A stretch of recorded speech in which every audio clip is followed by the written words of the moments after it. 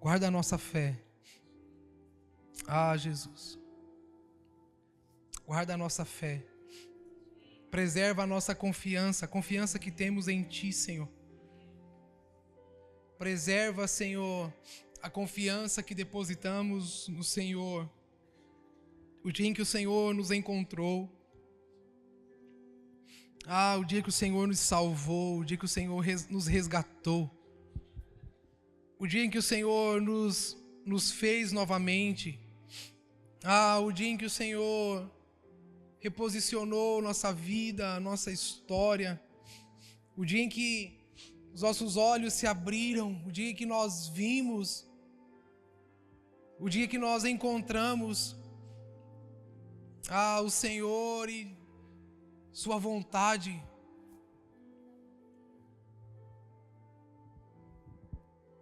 Preserva, Senhor, essa fé. Preserva a devoção, Senhor, dos primeiros dias. Preserva a devoção dos primeiros dias, Senhor. Preserva a devoção dos primeiros dias. A intensidade dos primeiros dias. Traz de volta, Senhor. Desperta a nossa geração. Desperta a nossa geração, Senhor, para retornar. Desperta a nossa geração para retornar, Senhor. Desperta a nossa geração para esse retorno, esse caminho de volta ao lugar da paixão e da devoção pelo Senhor. Ao lugar onde, Pai, havia uma dependência tão grande em nosso coração. Pai, havia uma confiança tão grande. Leva-nos de volta para esse ambiente, para esse lugar, Senhor, onde as demais coisas não importavam. Onde as demais coisas nunca foram suficientes, Senhor.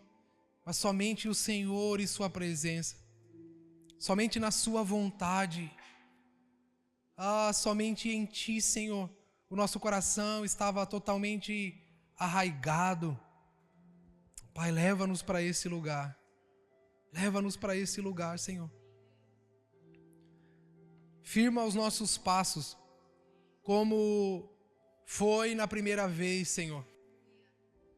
Firma os nossos passos como foi na primeira vez. E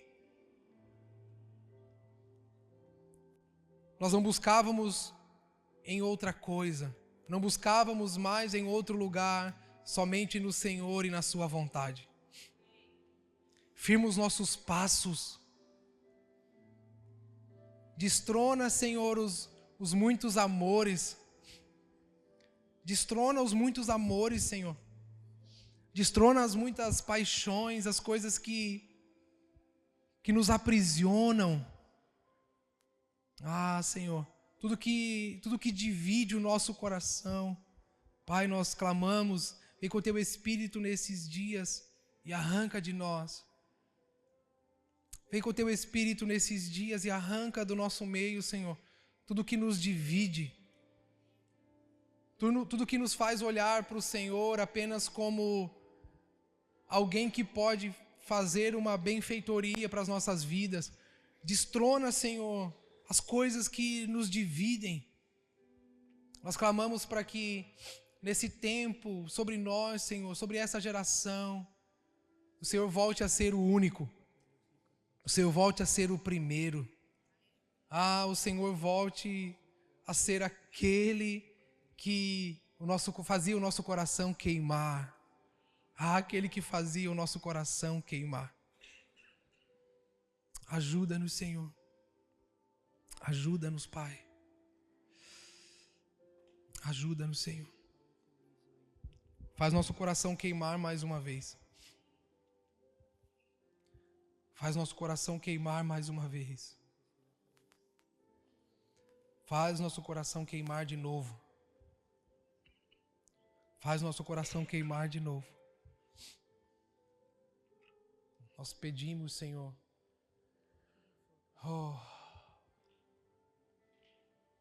Faz nosso coração queimar de novo.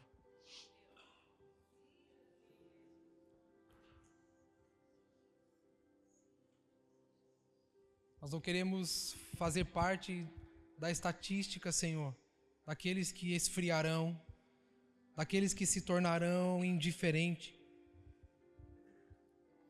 Nós não queremos fazer parte da estatística daqueles que se tornarão indiferentes, daqueles que se tornarão frios. Ajuda-nos, Pai, ajuda-nos nesses dias. Nós não queremos fazer parte da estatística daqueles que hoje acumularam tantas coisas, tanta sabedoria, razão, entendimento, mas afastaram o coração do Senhor. Nós não queremos fazer parte da estatística, Senhor, daqueles que te louvam com os lábios, mas que o coração está distante. Nós não queremos fazer parte dessa geração, Senhor, que te louva com canções, mas o coração está distante.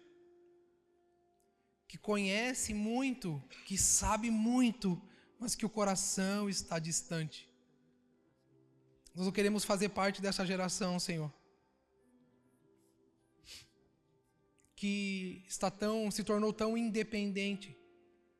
Nós não queremos fazer parte da geração que está apoiada sobre sua sabedoria humana, que está apoiada sobre sua consciência e razão, mas o coração está tão distante. Não queremos fazer parte da geração que fala bem, fala bonito,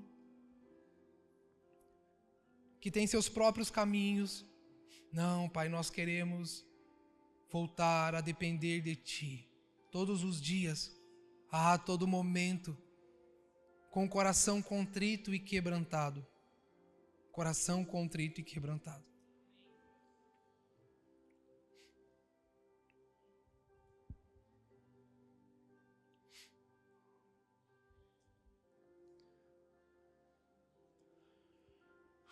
Jesus, ajuda-nos, Senhor, ajuda-nos.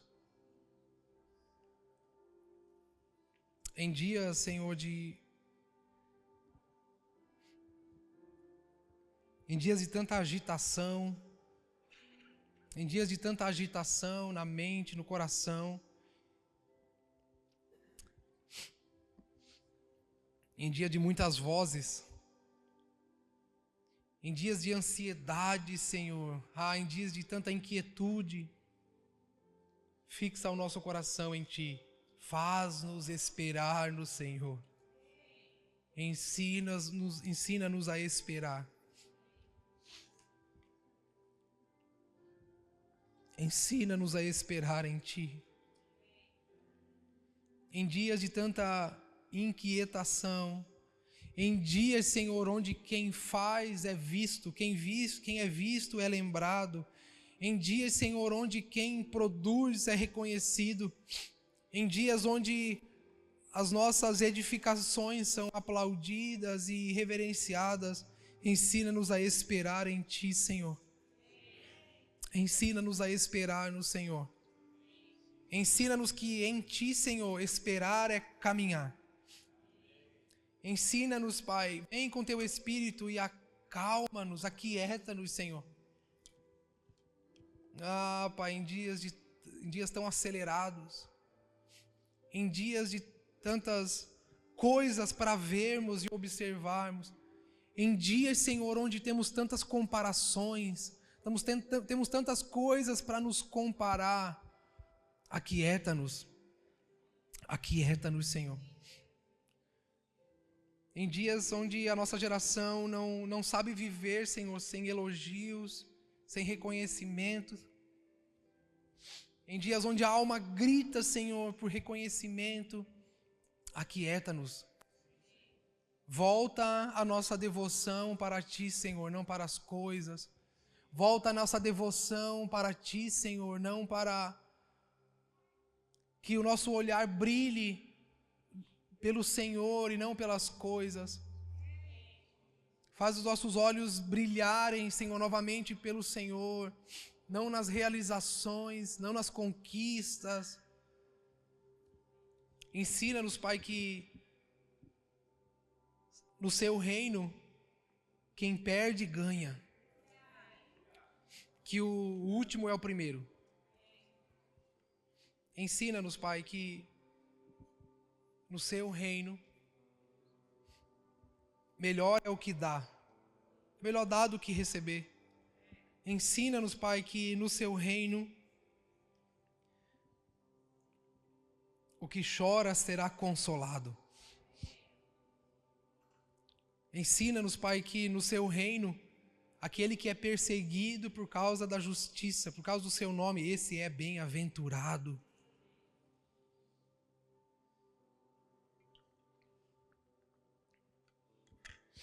Ensina-nos que o pobre de espírito, aquele que tem fome,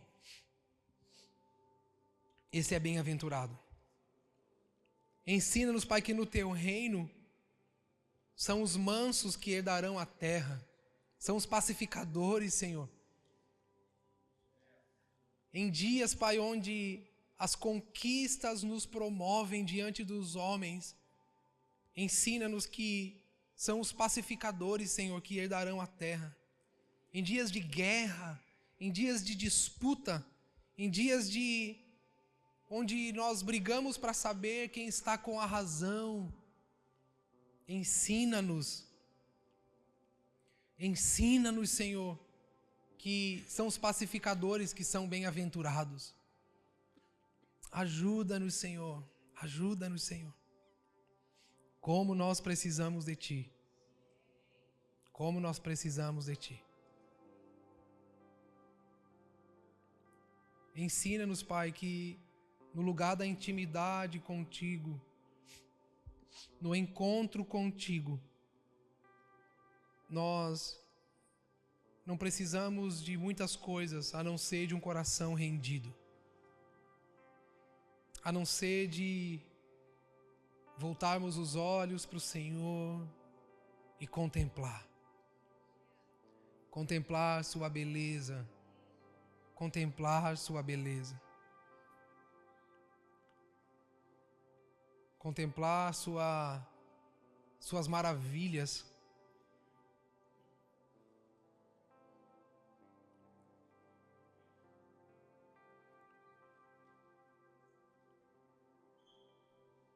Em um tempo, Senhor, onde nós temos muitos lugares para ir.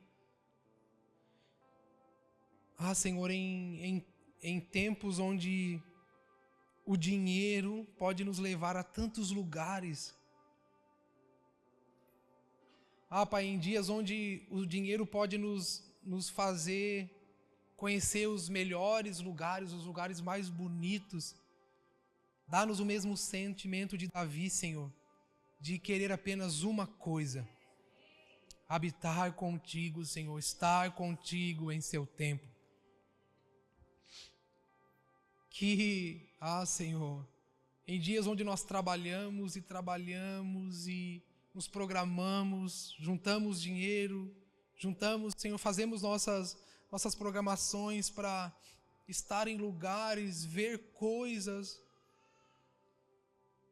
E está tudo bem, Senhor, mas que no fim de todas essas coisas, que a gente sinta o vazio que ainda permanece para entender que essas coisas não são suficientes. Que ao olharmos a um lugar lindo, maravilhoso, a nossa alma possa desejar estar contigo. Poder dizer: nada se compara à presença, nada se compara ao meu Senhor, nada se compara, nada é mais belo. Traz de volta, Senhor, o sentimento. Faz-nos sentir, Senhor. Deixa-nos sentir de novo. Deixa-nos te desejar de novo. Quebra o nosso orgulho, Senhor. Quebra o nosso orgulho que nos leva à independência, que nos leva à autonomia, que nos leva ao isolamento, que nos faz ficar presos em nós mesmos. Aquieta-nos, Senhor. Aquieta-nos. Aquieta-te, alma. Aquieta-te, alma.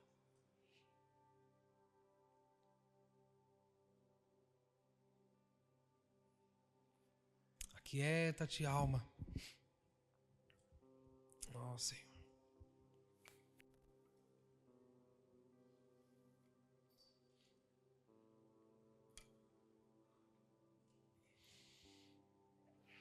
Ó, Espírito de Deus, vem sobre nós. Vem sobre nós.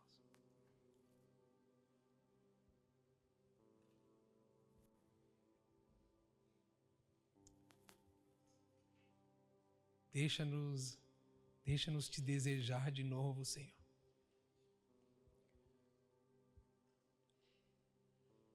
Batiza-nos, Pai, com essa insuficiência nas coisas. Ó, Jesus, faz-nos sentirmos vazio nesses dias. Faz-nos sentir, Senhor, a insuficiência das coisas. Muda o nosso coração, Senhor. Por favor, Jesus, muda o nosso coração. Muda o nosso coração, Jesus. Faz-nos sentir o vazio das coisas, Senhor. Deixa a nossa alma, Senhor, te desejar mais que tudo. Faz a nossa alma, Senhor, te desejar mais que tudo. Deixa-nos sentir, Senhor, o vazio das coisas. Deixa-nos sentir, Senhor, o quão insuficientes são as coisas. Muda o nosso coração, Senhor. Muda o nosso coração. Muda o nosso coração, Jesus. Muda nosso coração, Jesus.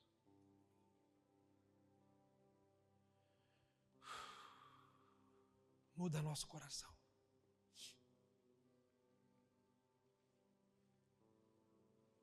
Muda nosso coração. Muda nosso coração, Jesus. Toque o nosso coração de novo. O Senhor nos permitiu ir, viver, desfrutar de tantas coisas.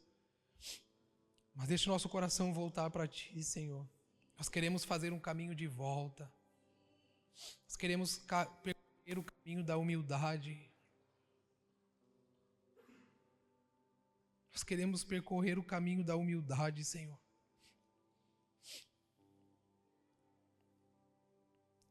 Nós queremos percorrer o caminho da humildade, Senhor.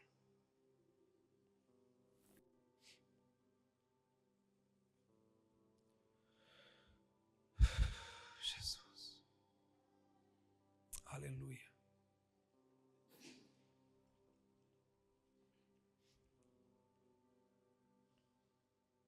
Aleluia.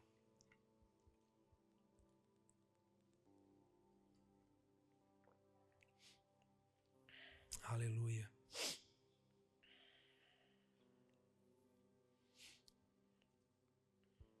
Ó Senhor.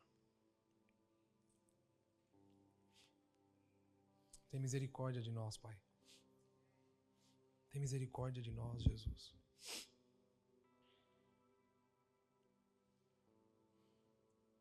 Tem misericórdia de nós.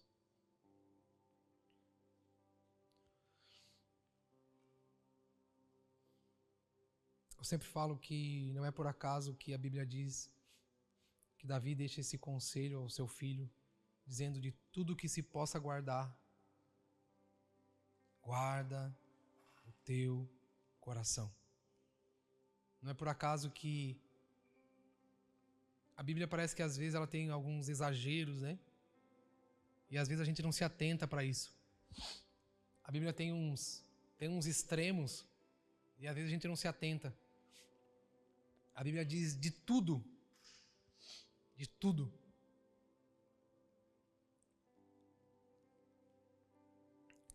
Parece um exagero, né? Parece um extremo tão grande. Mas a Bíblia diz de tudo que se possa guardar. A Bíblia está dizendo assim, há muitas coisas que podem ser guardadas. Mas há muitas coisas que você pode reter. Quando ela diz de tudo que se possa guardar, assim, tudo aquilo que você sabe que dá para juntar, que dá para guardar, tudo aquilo que dá para você guardar no sentido também de proteger, sabe? No sentido de preservar. Tudo que pode ser preservado, de tudo que pode ser guardado, de tudo que pode ser cuidado, de tudo que pode ser mantido, preservado. A Bíblia diz, guarde, proteja o seu coração. Porque é dele que procedem as fontes da vida. Porque, irmãos, nós vamos onde o nosso coração está.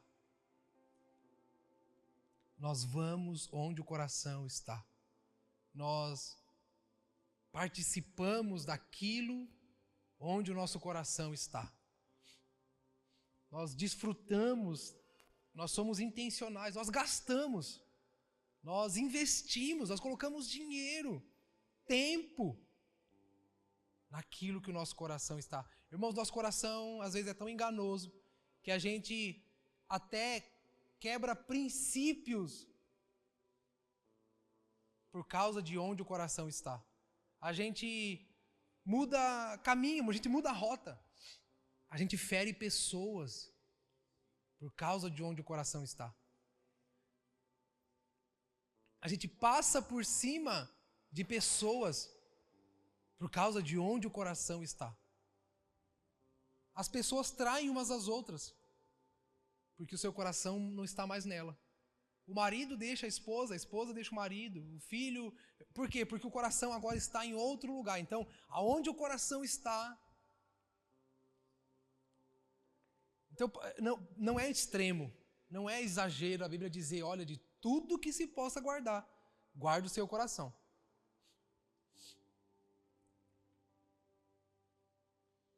Não é exagero a Bíblia dizer, onde está o seu tesouro? Aonde estiver o seu tesouro,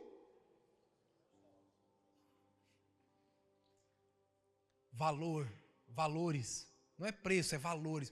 Aquilo que você valoriza, aquilo que você emprega o seu valor, aonde você coloca, onde você deposita seus sentimentos, sua crença, suas paixões, seu coração está ali. Não é por acaso, não é um exagero. Quando a Bíblia diz, quando um pai diz para um filho, Provérbios 4, 23, olha, de tudo que se possa guardar, guarda o teu coração. Porque o que nasceu ali, já era. A gente sempre, quando a gente vai aconselhar algumas pessoas, vai falar sobre algumas pessoas, às vezes as pessoas vêm até nós, não com o sentido de conselho mesmo, elas querem às vezes uma aprovação.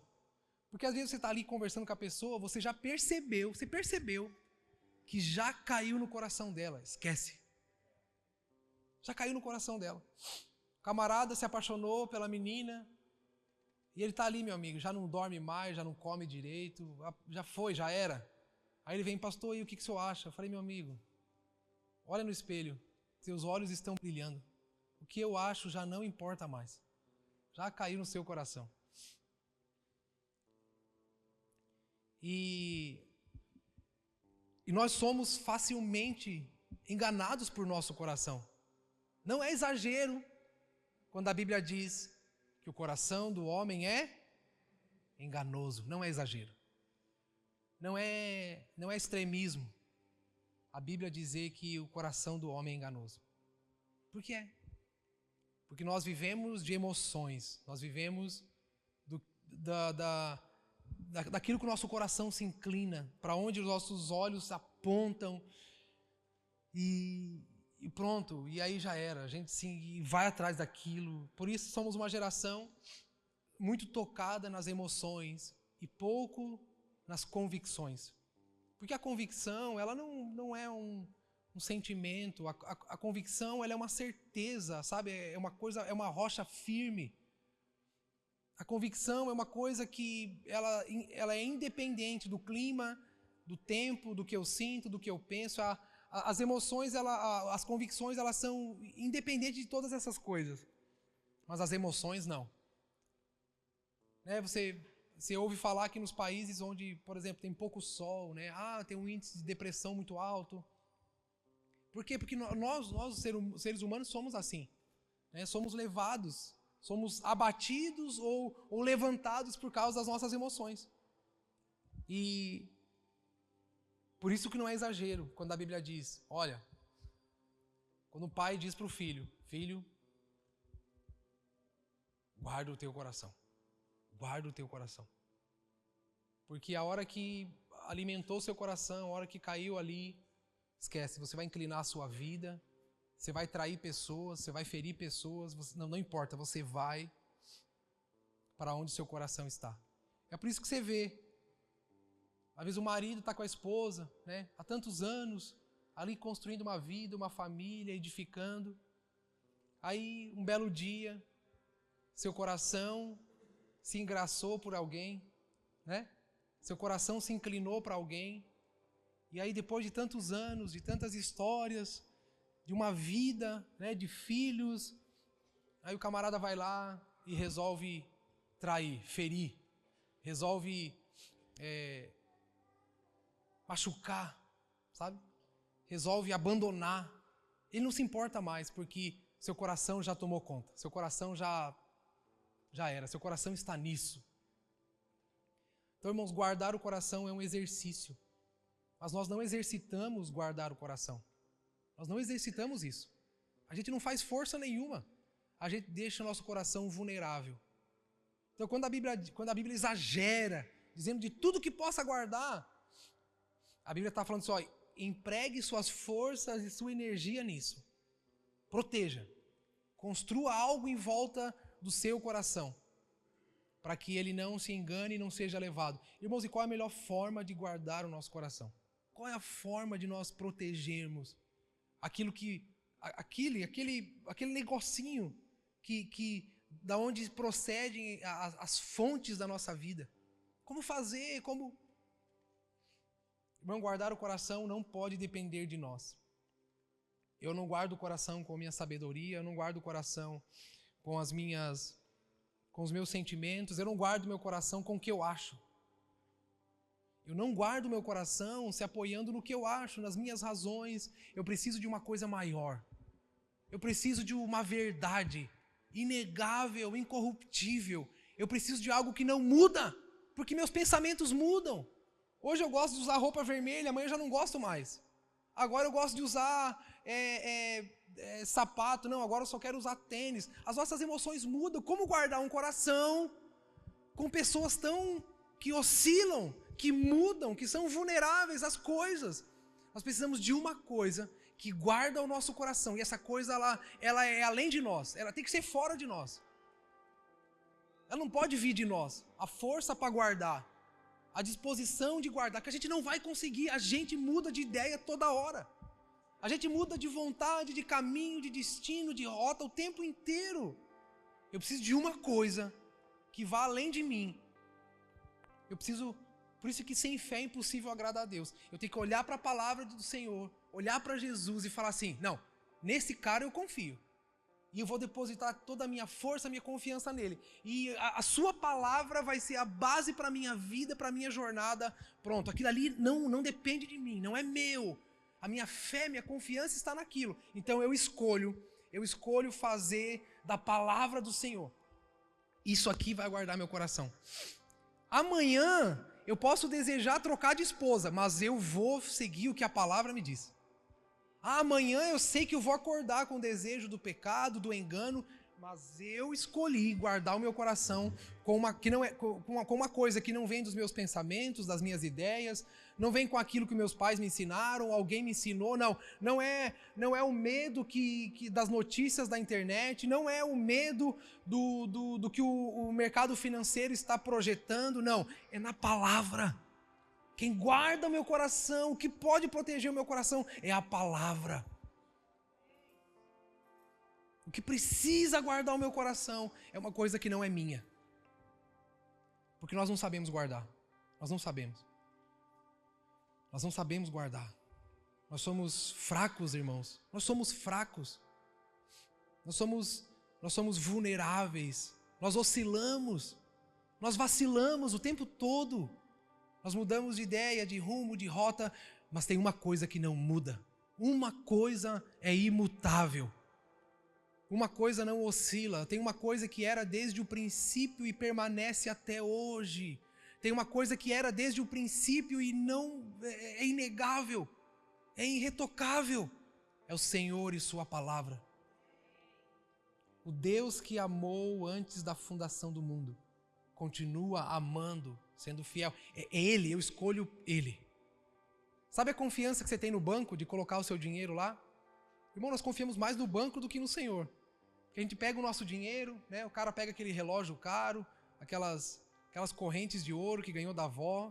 Você vai lá e entrega na mão do gerente do banco um cara que você não conhece. Uma pessoa que você não conhece, que vai entregar na mão de outro, né? Mas você ouviu falar, não tem.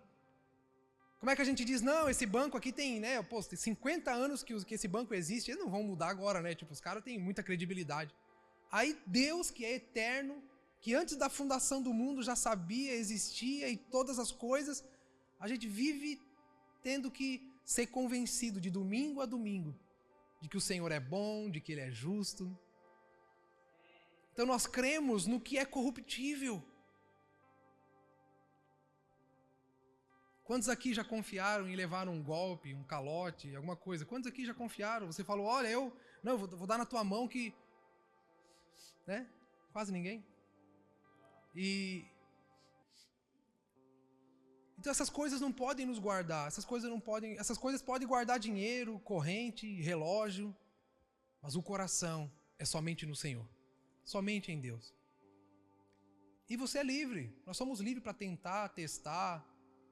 E a gente faz isso, né, todo dia. A gente está sempre flertando com as oscilações da nossa alma. Com as paixões que movem e nos fazem buscar e procurar em tantos lugares.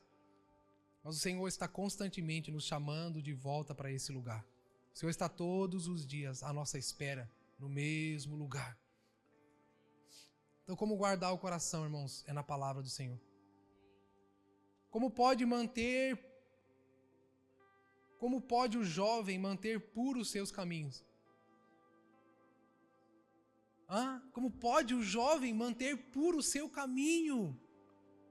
Observando, guardando os mandamentos, a palavra do Senhor.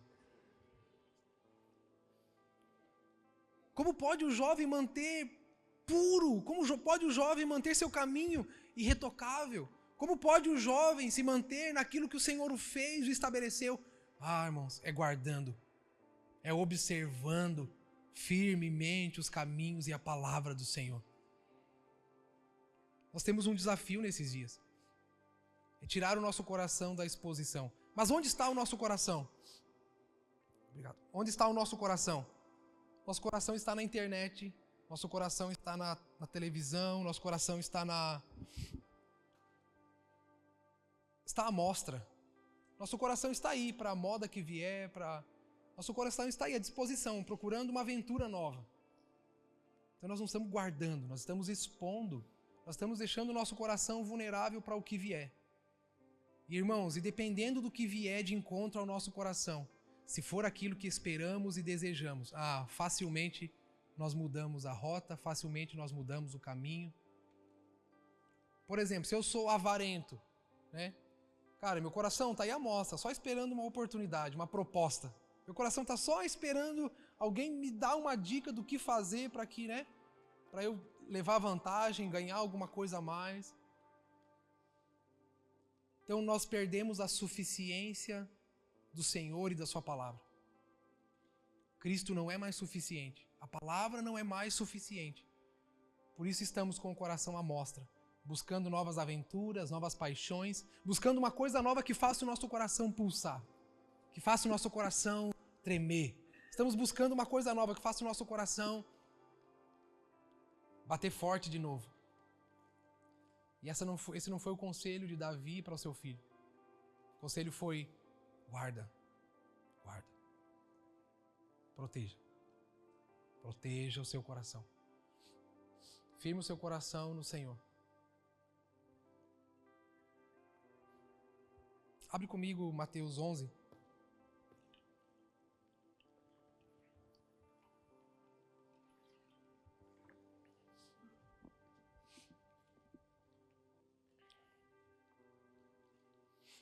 Mateus 11, do 25 ao 30.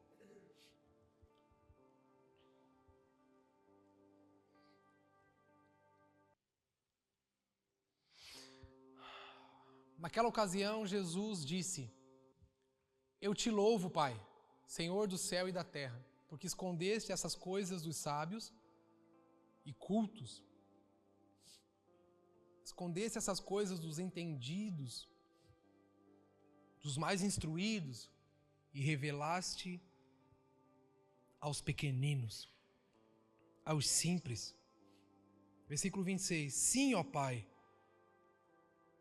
pois foi do teu agrado fazer assim. Tudo me foi entregue por meu Pai. Ninguém conhece o Filho a não ser o Pai. E ninguém conhece o Pai a não ser o Filho. E aquele a quem o Filho quiser revelar. Versículo 28. Venham a mim, todos vocês que estão cansados e sobrecarregados. Eu os aliviarei. Tomem sobre vós o meu jugo e aprendam de mim, porque sou manso e humilde de coração. E vocês acharão descanso para a sua alma, porque o meu jugo é suave e o meu fardo é leve. A gente sempre gosta muito, a gente conhece bem esse versículo, esse texto, a gente conhece bem essa palavra, mas eu tenho me apegado nesses dias ao que antecede esse texto, né? Quando Jesus disse: aprendei de mim, que sou manso e humilde de coração.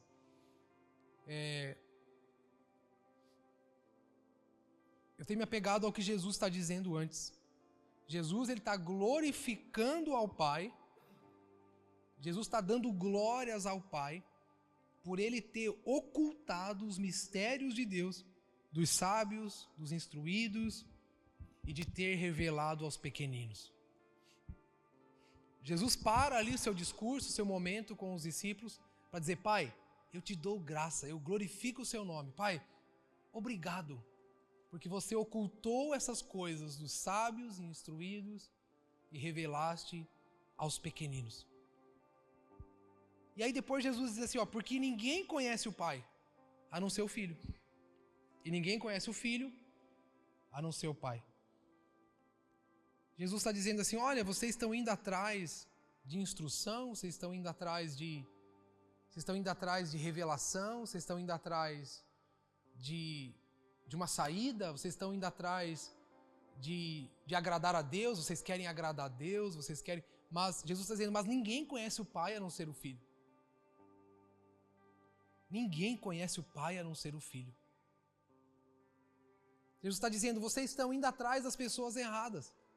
Vocês estão indo atrás das pessoas erradas para tentar descobrir uma coisa que Deus escolheu se revelar no Filho. João 1,18 diz que ninguém jamais viu a Deus, mas o Filho, o primogênito, Jesus, esse o revelou. Então Jesus está reafirmando isso. Jesus está dizendo, olha, ninguém conhece o Pai a não ser o Filho. Então Jesus está montando um quebra-cabeça aqui. Jesus está dizendo, Pai, poxa, obrigado, você escondeu esses mistérios dos entendidos, dos instruídos, dos sábios, e você revelou aos pequeninos. E aí Jesus se coloca nesse lugar, dizendo, olha, se vocês querem... É por isso que Jesus, ele, ao longo da sua caminhada, ele reafirma e fala, olha, eu sou o caminho, a verdade e a vida. Ninguém vem ao Pai, a não ser por mim. Então Jesus está dizendo, olha, eu sou o caminho. Jesus está dizendo, eu sou a porta. Ele fala, eu sou a água viva, eu sou o pão da vida. Ele fala, eu sou a luz do mundo. Então Jesus ele está se colocando nesse lugar. E ele está se dando, se oferecendo aos pequeninos. Porque os sábios e instruídos no seu orgulho, na sua soberba, rejeitaram o Filho de Deus. Estavam tão cegos, tão cheios de si mesmo, que eles não conseguiam enxergar outra coisa, a não ser o seu próprio ego, suas razões. Eles eram felizes, eles eram satisfeitos nas suas sabedorias. Eles eram plenos, eles eram cheios, eles eram satisfeitos pelo que acessaram, pelo que sabiam, conheciam. Então, por estar satisfeito, eles rejeitaram. Sabe quando você comeu muito, assim, você fala assim, nossa. Aí chega alguém, pega mais um pedaço, você fala, não, né? Aí o camarada fala, poxa, camarada, isso aqui é uma... Eu cometo esse equívoco sempre. Tem uma comida ali, aquela comida salgada, né? Eu não sou muito do doce. Aquela comida salgada, eu vou lá, meu amigo, vou até o limite. Aí daqui a pouco chega o cara com a sobremesa na mesa. Eu falo, poxa vida. Aí o cara fala assim, não, cara, essa sobremesa aqui é a sobremesa mais incrível da face da terra. Eu falei, rapaz, enchi. Aí o que eu faço? Eu rejeito. Por que eles rejeitaram a Jesus? Porque eles não tinham mais expectativa sobre alguém que pudesse lhes revelar o Pai. Porque na sua cabeça, na sua própria consciência, eles estavam satisfeitos. É por isso que chegou alguém ali, né, pregando, falando, alguém ensinando. Aí o que eles falaram? Falaram assim, não, esse cara é louco. Não, esse cara aí é um falso mestre. Ah, isso aí é um comilão, um beberrão. Eles estavam sempre rejeitando Jesus. Por quê? Porque eles já estavam cheios de si mesmo. Então Jesus vai dizer, olha, o Pai revelou para vocês, para os pequeninos. Então, ninguém conhece o Pai a não ser o Filho. E ninguém conhece o Filho a não ser o Pai. Aí depois, o que Jesus estava querendo dizer com isso? Antes dele falar, né, da sua essência de mansidão e humildade. Então Jesus estava dizendo que o que dá acesso ao Pai é somente Ele. Não era aquela religião que criaram, não era a sabedoria humana, não era não era a letra, não era o poder da instituição, porque eles tinham poder, eles tinham autoridade, tinham os guardas, tinham a lei a seu favor. Então Jesus está dizendo, olha, o que dá acesso ao Pai não são essas coisas visíveis, não. O que dá o acesso ao Pai sou eu. Aí quando Jesus diz assim, ó, vinde a mim, vocês que estão... O que Jesus está querendo dizer para eles? Vinde a mim, vocês que estão cansados. Porque Jesus está dizendo assim, ó, eu tenho visto vocês estão sobrecarregados. A lei pesou sobre vocês. Vocês estão tentando pagar. Vocês estão tentando pagar pela bênção, vocês estão tentando pagar pela salvação, vocês estão tentando ser irrepreensíveis na lei, vocês estão tentando ser perfeitos na lei, vocês não vão conseguir, vocês estão sobrecarregados. Vocês estão sobrecarregados das regras, da lei, dos dogmas, vocês estão pesados. Por quê? Porque vocês querem merecer, vocês estão querendo fazer por merecer. É como Jesus falasse, poxa, a intenção do coração de vocês é boa, vocês querem a Deus, mas vocês estão buscando na coisa errada, no lugar errado. O Senhor falou assim, olha, vocês estão pagando pedágio para a religião. Jesus está falando, vocês estão pagando pedágio, vocês estão pagando penitência, sacrifício, para ter acesso ao Pai, mas eu sou o acesso ao Pai. Ele está dizendo, vocês estão aí sobrecarregados, porque vocês estão, ao longo da vida, ano após ano, tentando, né, obter vantagem disso tudo, obter acesso, mas não, vocês estão sobrecarregados. Jesus está dizendo, vocês conhecem o Pai pela opinião dos outros. Jesus estava dizendo, olha, vocês estão tentando, mas estão errando, porque vocês querem acesso ao Pai. O que vocês conhecem do Pai é da opinião de alguém. O que vocês conhecem do Pai é a opinião do outro, é a opinião dos religiosos. Mas vocês que estão carregados de culpa, vocês fazem, e tudo que recebem é culpa. Vocês fazem, e tudo que recebem é o jugo da lei.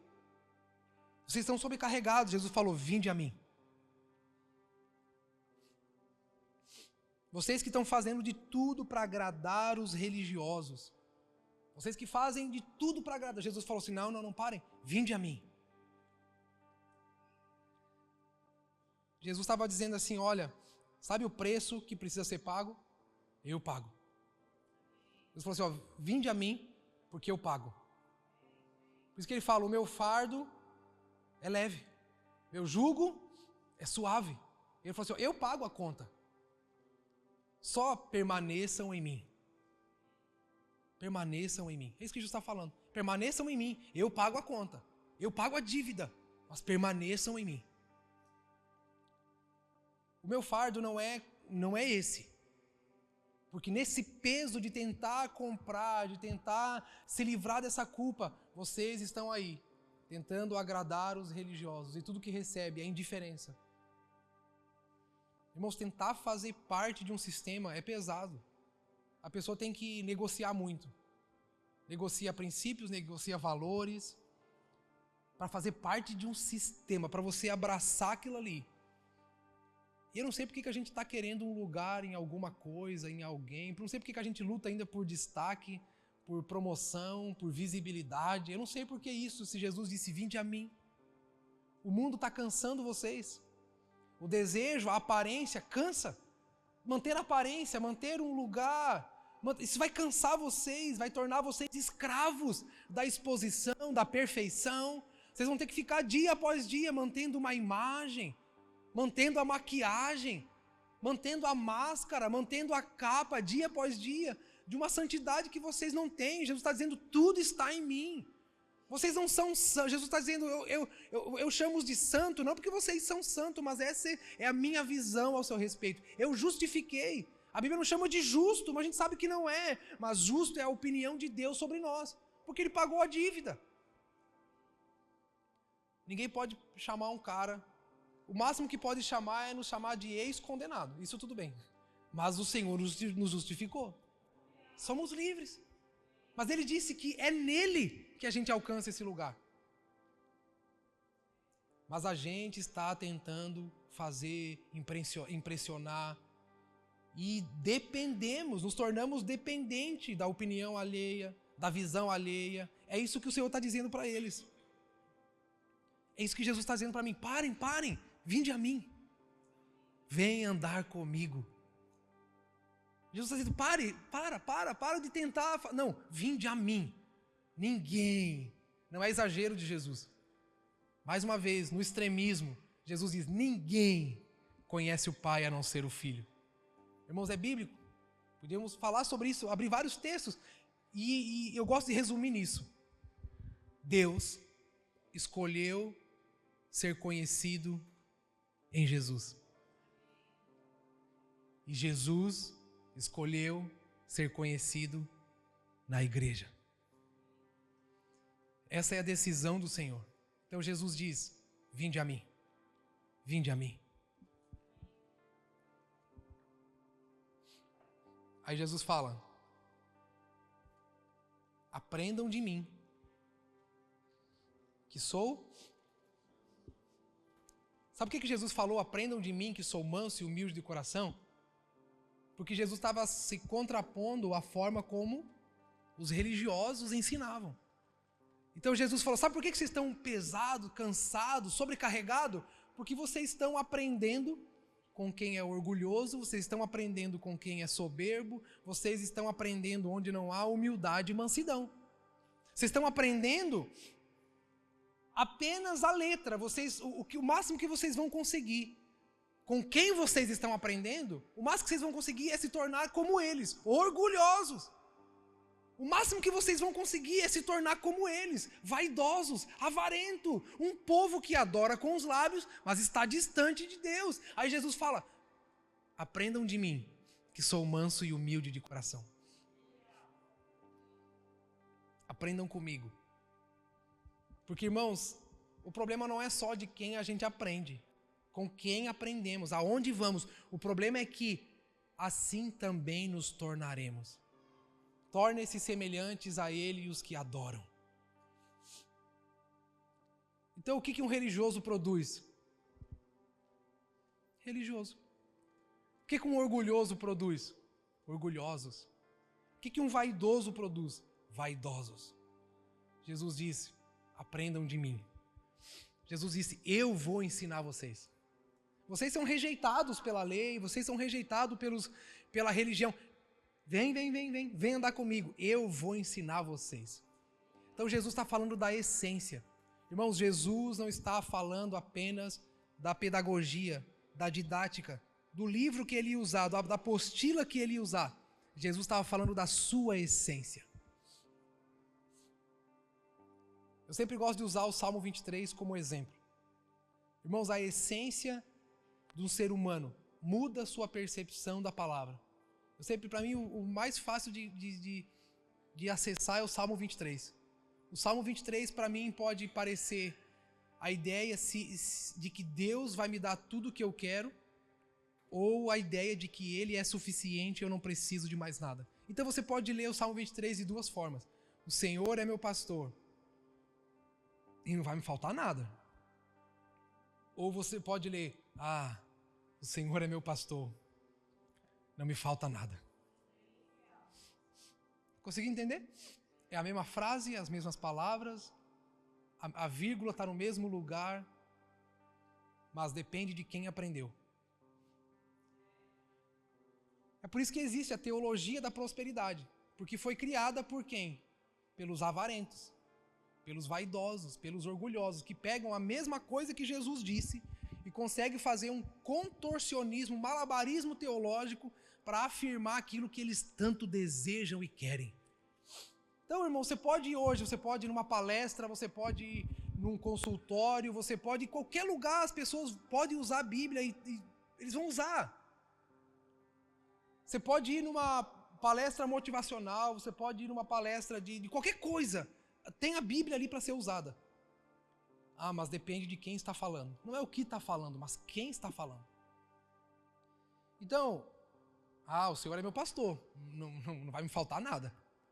Ou o Senhor é meu pastor, não me falta nada. Por isso que Jesus falou, aprendam de mim, porque ninguém conhece o Pai a não ser o Filho. Jesus está dizendo, eu conheço o Pai, aprendam de mim. Eles leram as cartas, eles leram os livros, eles leram as profecias, eles leram as tábuas da lei, mas eu conheço o Pai. Então por isso que Jesus vai reinterpretar a lei. Por isso que Jesus ele vai reafirmar a lei. Porque a lei, irmãos, só há um justo que pudesse cumprir a lei. Era ele mesmo. Então Jesus ele não está anulando a lei. Né? Quando ele vai falar, ouviste falar, eu porém vos digo. Jesus não está anulando, ele está dizendo, está vendo essa lei aqui? Essa lei está cumprida, eu cumpri. Aí é por isso que a gente vê crente hoje, e não me leve a mal, mas a gente vê crente querendo guardar o sábado, a gente vê crente querendo usar coisas, usando especial. Eu conheço crente que se circuncidou. Conheço. Era amigo meu. Hoje não é mais muito meu amigo, porque ele acha que eu devia me circuncidar também. Já imaginou?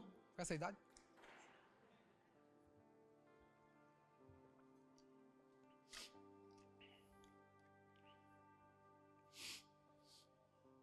Então a lei, irmãos, não é para arrancar da Bíblia. Então vão arrancar a parte da lei? Não! A lei só tinha um que poderia cumprir. A lei só tinha um que poderia cumprir. E ele cumpriu, Jesus. Então ele falou, agora estejam em mim. Vinde a mim. Mas eu tenho que cumprir a lei. Jesus falou, eu cumpri a lei. Andem comigo e vocês se tornarão justos. Andem comigo, eu justifiquei vocês. Mas eu tenho que fazer, a lei diz isso. Não, eu fiz, eu cumpri. Agora só andem comigo, aprendam comigo. Eu vou ensinar a lei para vocês. Jesus está dizendo, se vocês andarem comigo, vocês estão indesculpáveis. Agora vocês se tornaram justos. Andem comigo. E aí o Senhor ele vai esticando a medida. Ele vai ensinando da essência. Porque na lei está tudo bem. Matou, vai morrer. Aí Jesus fala, mas eu porém vos digo, né? Aquele que, não, eu quero que vocês não só fiquem presos, não, eu quero que vocês amem uns aos outros. Assim como eu vos amei. Então Jesus é o exemplo. Ele é aquilo que demonstra, aquilo que reflete. Então nós não estamos em Jesus para ter coisas, nós estamos em Jesus porque Ele é a vida, Ele é a nossa salvação. A forma de ser salvo é Jesus. A forma de se livrar da condenação eterna é estar em Jesus. Porque se havia uma lei, Ele cumpriu. Quem está nele foi justificado. E é por isso que o Senhor nos fala de amor, de guardar o coração, de manter os olhos nele. Porque para uns pode dizer, então eu aceitei Jesus, eu vou continuar minha vida como eu levava e está tudo bem. Não. Mas quem o ama, quem o deseja, quem quer andar nele, quem está nele, se torna assim como ele. Se torna um imitador de Cristo. Começa a ter o mesmo sentimento de Cristo. É por isso que quem anda com Jesus, fica evidente aonde? Na sua mansidão e na sua humildade. Se tudo que eu sei me tornou orgulhoso, soberbo, indiferente, se isso me leva à vaidade, ao isolamento, então não é do Senhor que eu estou aprendendo. O que eu estou fazendo? Eu retornei para a lei. Eu estou tentando mostrar para todo mundo que agora eu sei, eu sou bom, eu faço, eu consigo.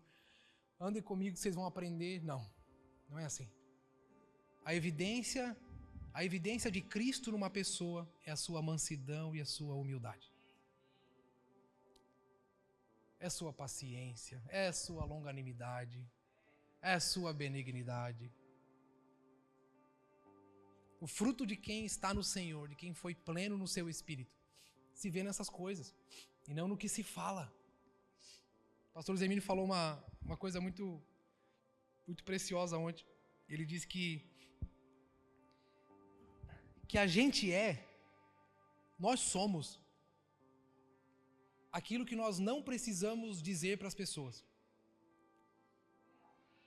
Ele está dizendo que você sem precisar dizer o que você faz. Se você precisa dizer muito o que você faz, você quer que as pessoas tenham uma ideia daquilo que você está fazendo. Então, tipo assim, se você precisa dizer muito que você dá comida para o pobre, então você quer ser conhecido como o bonzinho. Você quer ser, não, eu quero que as pessoas me conheçam como... Isso, irmão, esse fardo é pesado. Esse jugo é pesado. Então você é aquilo que você não precisa dizer para as pessoas que você faz. Se você não precisa dizer, é aquilo ali. As pessoas elas vão ver, irmão, e absorver de você aquilo que você é, sem precisar dizer o que você faz. Porque imagina, você criar uma caricatura sua, criar um personagem, e você ter que sustentar isso a vida inteira. É isso que Jesus está dizendo. Vinde a mim, vocês que estão cansados de tentar mostrar, de tentar aparecer, vinde a mim. Então Jesus está comparando duas coisas. Jesus está falando daqueles que fazem, daqueles que falam. E Jesus está falando dele, que é. O que nós queremos ser, irmãos? A nossa geração é a geração da internet, a geração da rede social. A gente quer que as pessoas tenham uma impressão de nós. Que vida pesada. Então a gente quer fazer. A gente quer que eles vejam. Jesus falou, eu quero que vocês se tornem. Eu quero que vocês sejam assim como eu. Então Jesus falou, aprendam de mim. E como é que Jesus ensinou, irmãos? Caminhando com eles. Caminhando. Simplesmente andando junto. Andando ao lado. Dia após dia. Semana, mês após mês, ano após ano. Jesus andando junto com Jesus. Então a gente quer que as pessoas vejam. O Senhor quer que a gente se torne. O Senhor quer que nos tornemos como Ele, manso e humilde.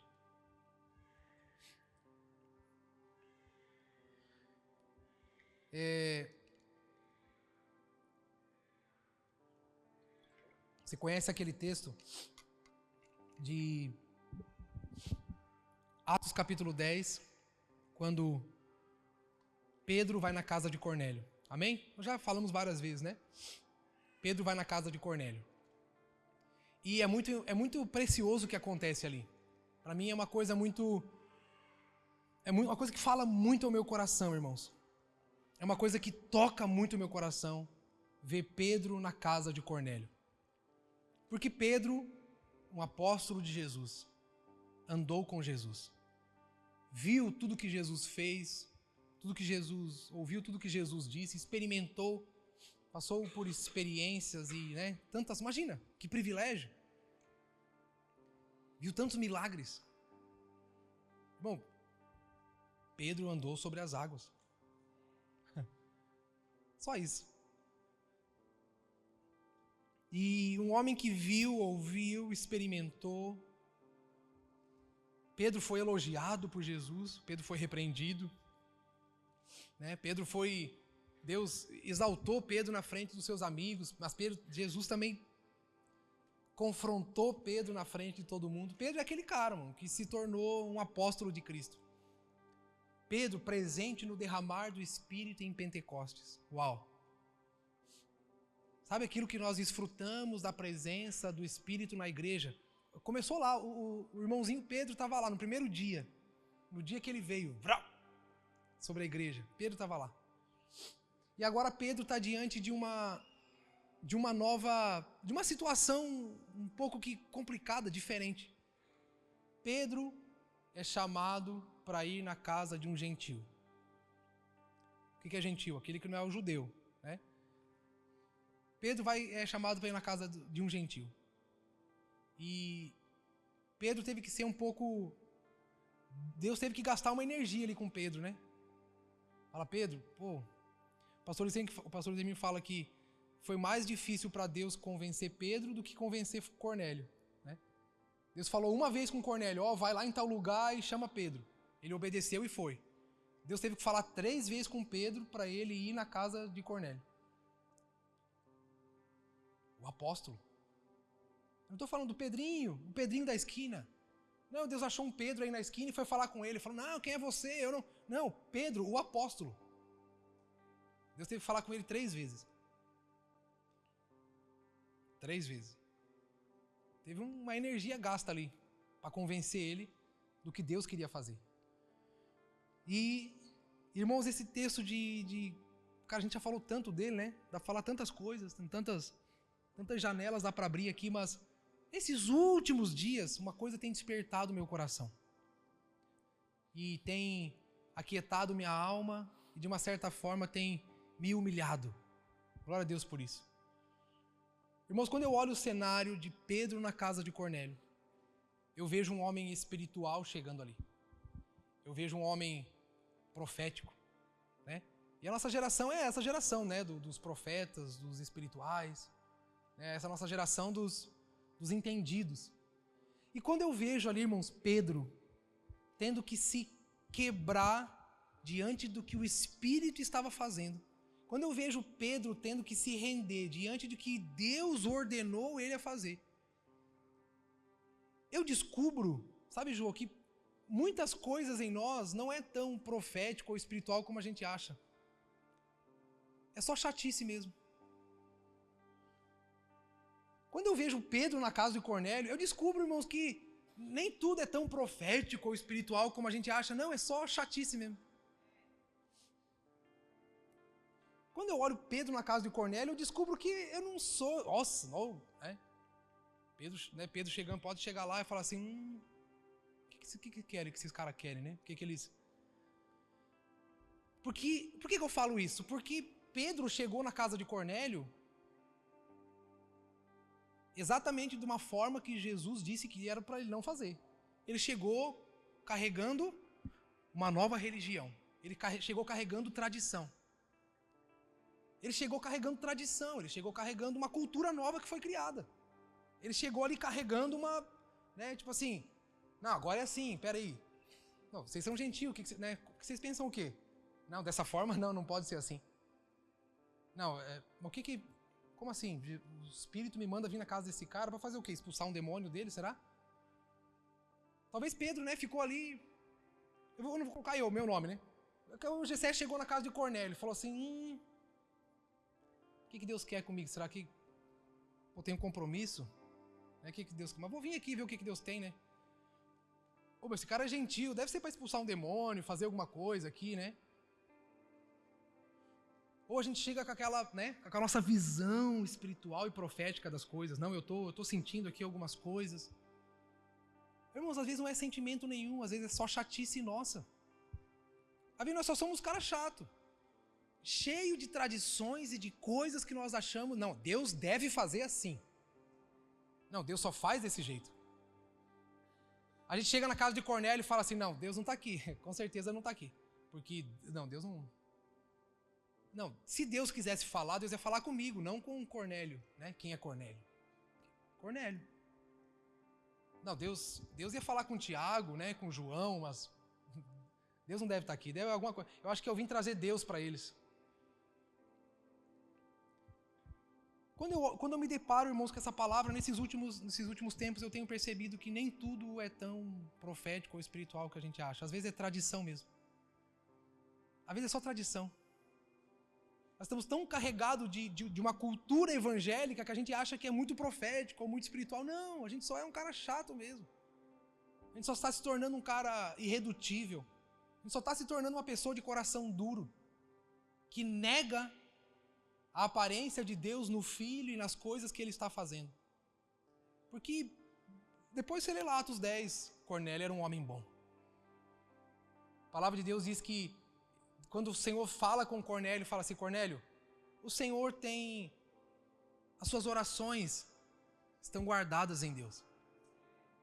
Estão registradas, acho que estão registradas na memória, alguma coisa assim, fala um termo assim.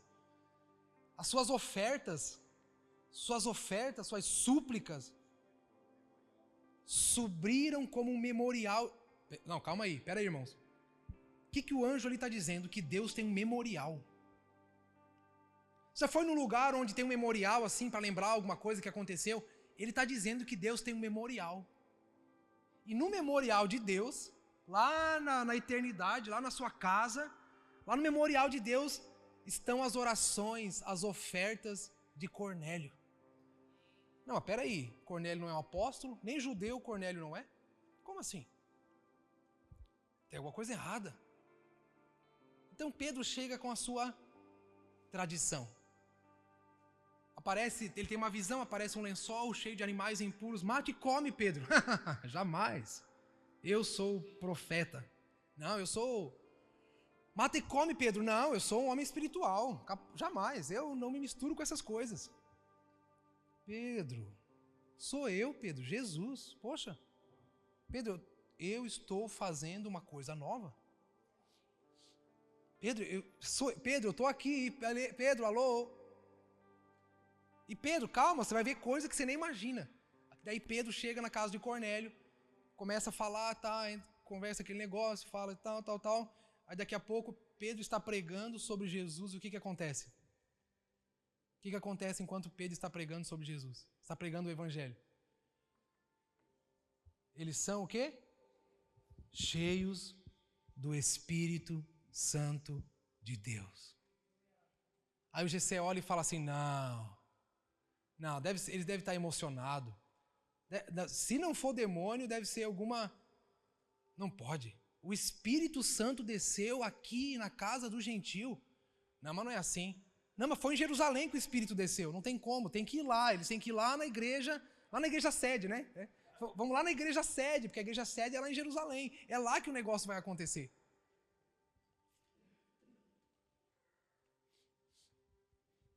Às vezes, irmãos, nós estamos mais carregados das tradições, estamos mais carregados das nossas axiologias. Nós achamos que é assim, que Deus faz assim, que Deus opera assim, e às vezes estamos rejeitando o irmão Cornélio, que as suas ações, suas orações e ofertas estão lá no memorial de Deus. Deus tem um memorial. Às vezes, na nossa chatice, nosso nome não está nem lá. Às vezes não tem nada nosso no memorial de Deus, a não ser a nossa chatice, a nossa indiferença, o nosso orgulho, né? A soberba do saber, aquilo que nós achamos ser profético e espiritual. Mas o irmãozinho Cornélio, o gentil, o improvável, está lá. Irmãos, é tão sério, tão sério o que aconteceu na casa de Cornélio, que nós somos um fruto da visita de Pedro na casa de Cornélio. Porque ali, irmão, se abriu a porta para a igreja ocidental, a igreja dos gentios. Já parou para pensar sobre isso? Foi a visita de Pedro na casa de Cornélio que abriu as portas, irmãos, para o mundo todo. Agora eu pergunto para você, e se o irmãozinho Pedro tivesse endurecido seu coração? Eu não estou dizendo que nós não estaríamos aqui, né? Mas e se o irmãozinho, o apóstolo Pedro, será que ele não teria se tornado também mais um como aqueles? Que eles tanto foram rejeitados, tanto julgavam? E se o irmãozinho Pedro, diante da casa de Cornélio, diante do que o Espírito estava fazendo, não abrisse os seus olhos para ver e perceber, irmãos, que Deus, que Cristo veio para todos, o Jesus que veio e morreu pela humanidade, o Jesus que queria expandir a sua igreja além de uma religião judaica ou de uma tradição judaica, mas nos inserir nele, nos enxertar nele. Imagina, irmãos, para e pensa comigo. Agora, vamos olhar para dentro de nós mesmos. Quantas coisas em nós paralisam a ação e o mover de Deus por meio da nossa vida, em nossa vida.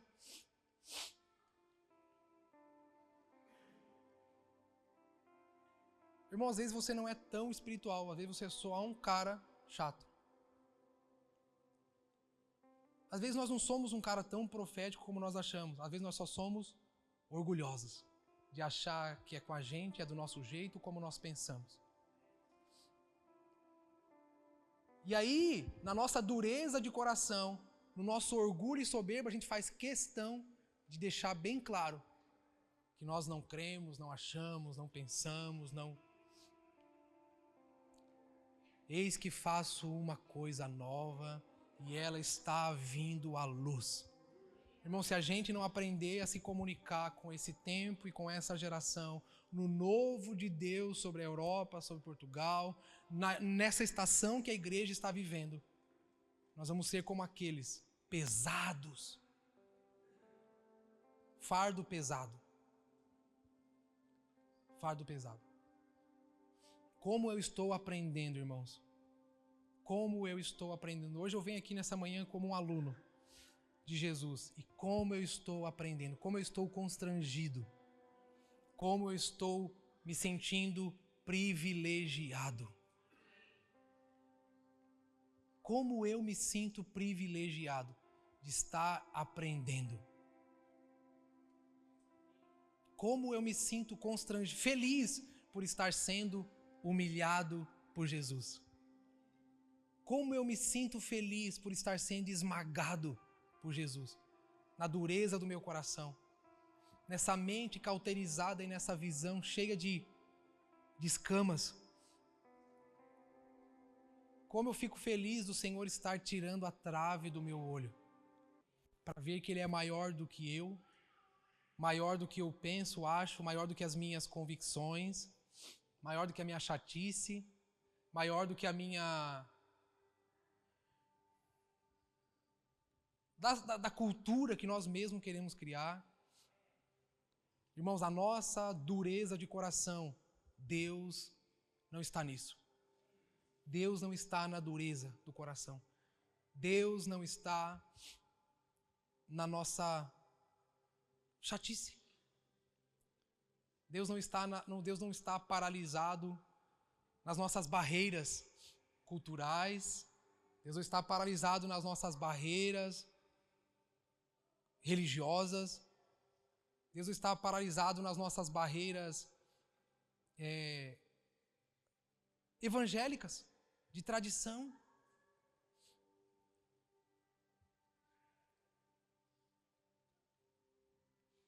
Irmão, nós já perdemos irmãos aqui que foram embora porque não gostavam das nossas músicas. Já perdemos irmãos aqui que não gostavam, tipo, da nossa ceia. Gostavam do jeito que a gente ceava. Nós já perdemos irmãos, e eu não estou falando por causa de nós, eu estou falando por causa deles mesmos, porque Sabe, o Senhor está fazendo algo.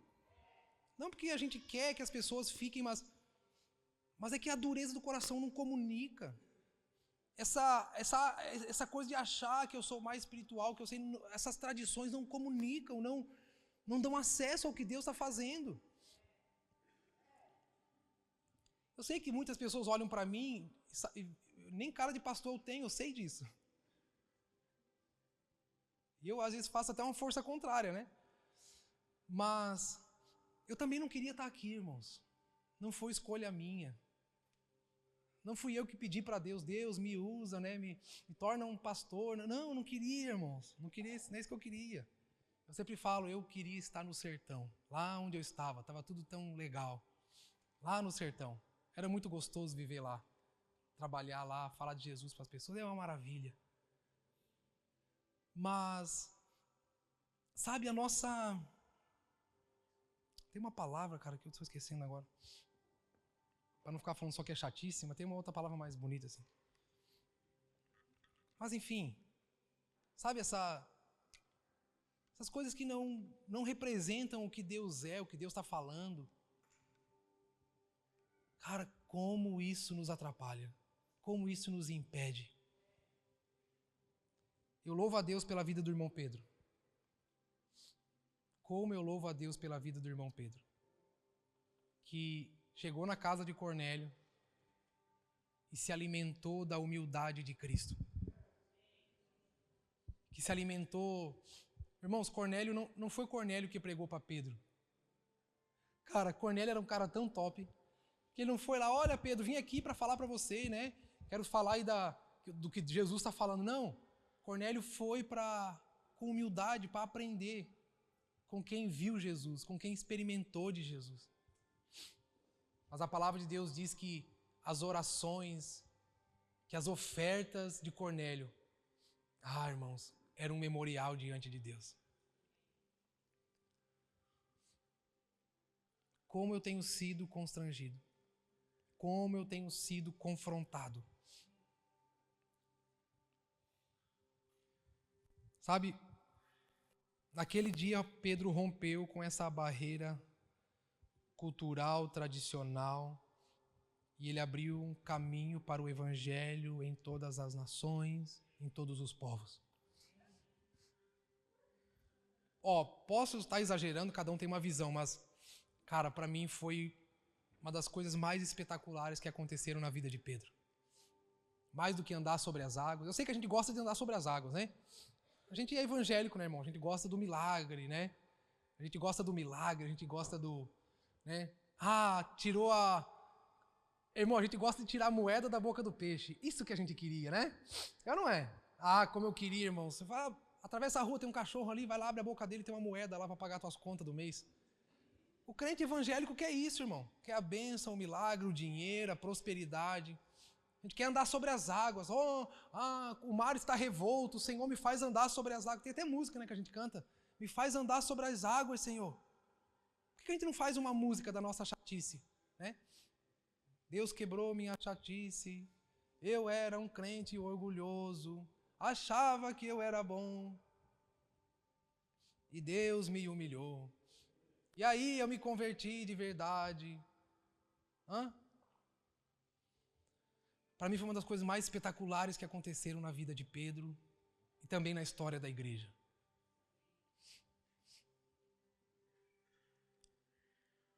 Lembrei a palavra. Às vezes a gente não é profético, a gente é patético. Lembrei a palavra. Mas a religião nos ensina isso. A religião nos ensinou isso. É por isso que Jesus falou, sai daí e vem aprender de mim que sou manso e humilde. Por isso que Jesus falou, sai daí e vem aprender de mim que sou manso e humilde de coração. Porque o Pai não está ali, o Pai está em mim, Jesus disse. Jesus disse, o Pai não está naquelas coisas. Não, ninguém conhece o Pai a não ser o Filho. Vinde a mim. Nós precisamos voltar para Cristo, irmãos. Nós precisamos sair das nossas tradições. Nós precisamos sair das nossas barreiras, sair da nossa dureza. Nós precisamos acessar a humildade de Jesus. A mansidão de Jesus.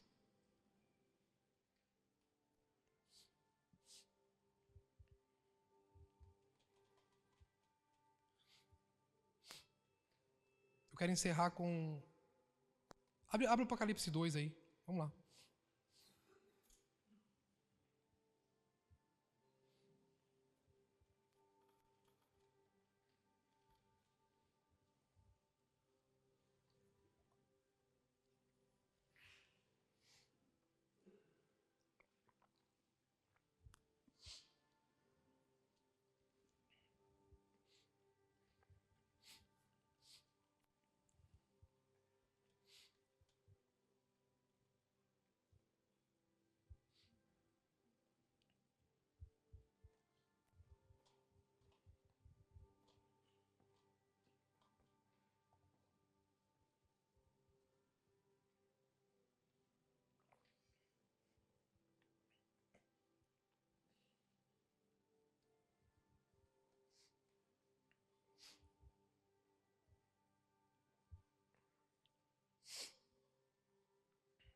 Apocalipse 2. Vamos lá.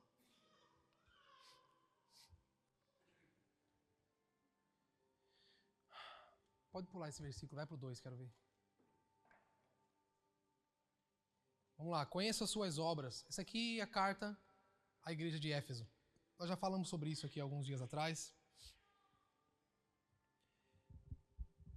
E o Senhor tem uma repreensão para fazer à igreja de Éfeso. Mas ele começa com um elogio, né? Irmão, o Senhor é engraçado, ele sabe como, né? Ele chega amaciando a carne, né? Ele chega dando aquela... Conheço as suas obras, sei o trabalho árduo e a sua perseverança. Sei que você não tolera homens maus, que pôs à prova os que se dizem apóstolos, mas não são. Descobriu que eles eram impostores. Você tem preservado e suportado os sofrimentos por causa do meu nome, e não tem desfalecido. No entanto, eu tenho algo contra você. Você abandonou o seu primeiro amor. Portanto, lembre-se de onde caiu. Arrependa-se e faça as obras que praticava no princípio. Pratique as primeiras obras. Se não se arrepender, virei a você e tirarei o seu candelabro do lugar dele. Irmãos, esse texto fala de duas coisas. Fala de obras. Jesus começa falando das obras que a igreja de Éfeso tinha. E o que o Senhor fala a respeito das obras deles? As obras eram boas. Esse texto, Jesus fala das obras que eles tinham e das obras eram boas. Mas Jesus fala de um sentimento, fala do amor deles. E isso o Senhor diz que eles perderam. O que Jesus está querendo dizer? Por que Jesus começa elogiando? Por que o Senhor começa dizendo aquilo que... Jesus começa ali dando um like no Instagram, né? Imagina, Jesus olhando o Instagram da igreja de Éfeso. Éfeso Church. Imagina. Jesus entra lá, Éfeso Church. Aí ele entra na página e ele vê, eles dão comida para os pobres. Olha, eles têm discipulado. Imagina Jesus vendo a igreja pregar sobre ele. Fala, direitinho. Estão fazendo tudo direitinho. Fazendo muito bem.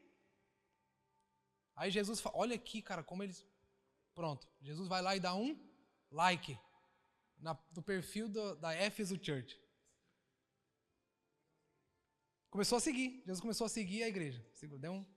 Deu um follow. Aí, Jesus fala, mas assim, é o seguinte. Mas o primeiro amor vocês abandonaram. Não, Senhor. Senhor, você não está vendo aqui? Olha aqui, ó. Aí vai passando, né? Tá vendo isso aqui, ó? Essa publicação aqui. Olha a gente dando comida para os outros, Senhor. Como é que o Senhor vai dizer que a gente perdeu o amor? Senhor, olha aqui para baixo. Eu acho que o Senhor não viu o perfil inteiro. Dá uma olhada aqui, ó. Olha aqui essa publicação. Olha isso aqui, a gente indo visitar as pessoas no no hospital, a gente orando pelos... Olha aqui, Senhor, dá uma olhada. Senhor, vê bem a nossa página. O Senhor falou, não, vocês abandonaram o primeiro amor. Sabe o que Jesus estava dizendo? Jesus estava falando, a base de tudo isso que vocês fazem é o orgulho de vocês, não o amor. Jesus não está pedindo para eles fazerem mais coisas. Jesus está dizendo, tudo que vocês fazem não tem o amor como fundamento. Vocês dão comida, vocês ajudam, vocês trabalham, vocês fazem tudo direitinho, mas não é o amor que move vocês. Então quando Jesus diz, voltem ao primeiro amor, voltem às práticas das primeiras obras, mas peraí, Jesus, lá no começo, a gente faz a mesma coisa que fazia no começo, agora fazemos até mais. Agora nós até ampliamos, fomos para outras nações, agora a gente faz muito mais coisas, Senhor. Só quer que a gente volte a fazer lá no começo. Jesus está falando, não estou falando das obras. Eu estou falando que no começo, vocês faziam por amor. Era o amor levou vocês a fazer. Hoje não é mais o amor. Hoje o que levou vocês a fazer é o orgulho de vocês, é a vaidade, é a soberba, é o desejo por aceitação, aprovação, é o desejo pelo reconhecimento. Deus falou, eu conheço um povo que me adora com os lábios, mas o coração está distante. Retornem ao primeiro amor. Senhor, hoje a gente canta melhor, canta mais bonito, tem mais música, hoje a gente tem mais equipamento para cantar, Senhor. O Senhor não está falando do jeito de cantar. Não é o instrumento, não é a qualidade, não. Jesus está falando, mas é por quê? O que te move? Porque quando era o amor, você cantava embaixo do chuveiro, cantava em qualquer lugar. Não é o que faz, mas é o que move você a fazer. Então quando Jesus diz, retorne, ele falou assim, olha, que o amor venha antes de tudo que você faz. Tem um texto que Jesus está falando com seus discípulos, e Jesus fala assim, presta atenção. Jesus está falando assim, deixa eu ler para você rapidinho. Aqui, ó. Pai, Jesus está orando ao Pai, ele fala, Pai, a minha vontade é que onde eu estou, também eles estejam comigo, aqueles que me deste, para que vejam a minha glória que me conferiste, porque você me amou antes da fundação do mundo. Olha, ei, presta atenção, raciocina comigo. Jesus está dizendo assim, que antes de Deus construir o mundo, Deus já era amor. O que eu entendo com isso? Que quando Deus foi fazer o mundo, a base da sua edificação foi o amor. Quando Jesus disse, porque me amaste antes da fundação do mundo, ou seja, antes, Pai, antes do Senhor fazer alguma coisa, antes do Senhor revelar alguma coisa, o Senhor já era amor. Já tinha amor. Então o que Jesus está dizendo? Que quando chegou o dia de Deus começar a construir o mundo, o que moveu Deus? O que tinha? Qual era a sua essência? O que ele era? Então o problema, irmãos, não é só no que a gente faz, como faz, do jeito que faz, mas é o que nos move a fazer. Antes de o mundo ser mundo, Deus era amor. Deus já era amor. E quando ele foi fazer o mundo, por isso que a gente vê tanta beleza, irmãos, na natureza. Por isso que é tudo tão belo. Uma montanha bem alta, vai falar uma cachoeira ali, aquele orvalho, aí aquele pássaro parece que foi desenhado à mão. Que coisa mais linda. Você olha as nuvens, sabe? Você olha o oceano, você vê aquele pôr do sol maravilhoso, a lua de noite, tudo estrelado. Tudo estrelado, tudo bem.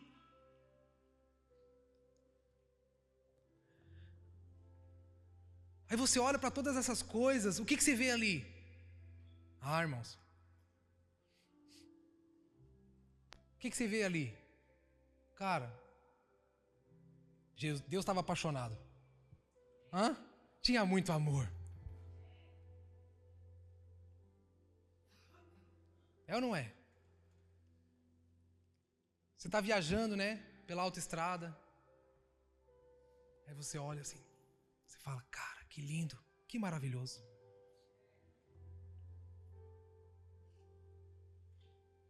Né? As cataratas, né? Quem já foi nas cataratas? Aquela praia linda, com a água azulzinha. Você vai andando assim, você vê o pé no fundo do mar. Você vê tudo ali, você fala assim, meu Deus. Fica sem palavras, só fala, meu Deus, meu Deus. Aí você tira a foto e fala assim, eu vou registrar isso aqui para sempre. Por quê, irmãos? Porque antes de criar tudo, ele já era amor.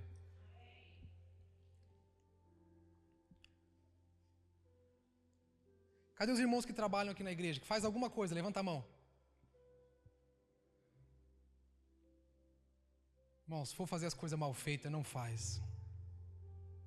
Não faz. Pelo amor de Jesus Cristo. Deus fez tudo tão bem feitinho, com tanto amor.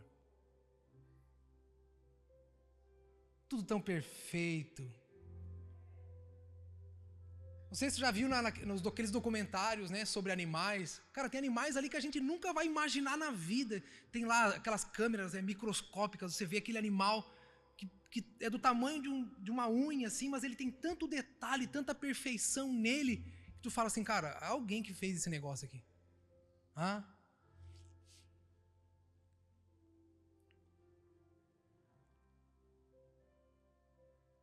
O que tinha nesse camarada que fez esse negócio? Amor. Por isso que a terra, as coisas andam em tão perfeita harmonia. Olha aqueles documentários sobre o oceano. Começa a ver essas coisas, sabe? O documentário sobre animais, sobre a selva, né? Tu olha lá sobre um documentário sobre como é que fala? O universo, as constelações. Tu já viu? Alguém já viu aqueles documentários sobre outros planetas, né? Sobre, cara, tu olha para tudo aquilo e tu fala assim, não, como é que pode? A essência de Deus estava ali. Pai, antes da fundação do mundo, você me amou. É isso que Jesus está falando ali, no texto de Apocalipse 2. Voltem ao primeiro amor. Jesus não disse, façam tudo direitinho. Não, Jesus disse, voltem ao primeiro amor. Jesus nem corrigiu o que eles faziam. Jesus não precisou dizer, faça diferente. Eu acho que Jesus gostava do que eles estavam fazendo. Jesus gostava, Aleph. Jesus não falou, pare de fazer isso. Não, Jesus elogia. Ele fala, continue fazendo, mas volte ao primeiro amor. Isso comunica a essência de Deus.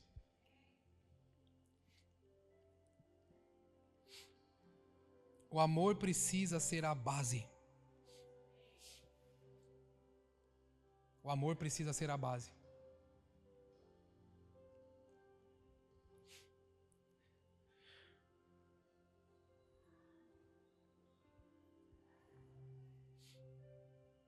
Fique de pé, por favor.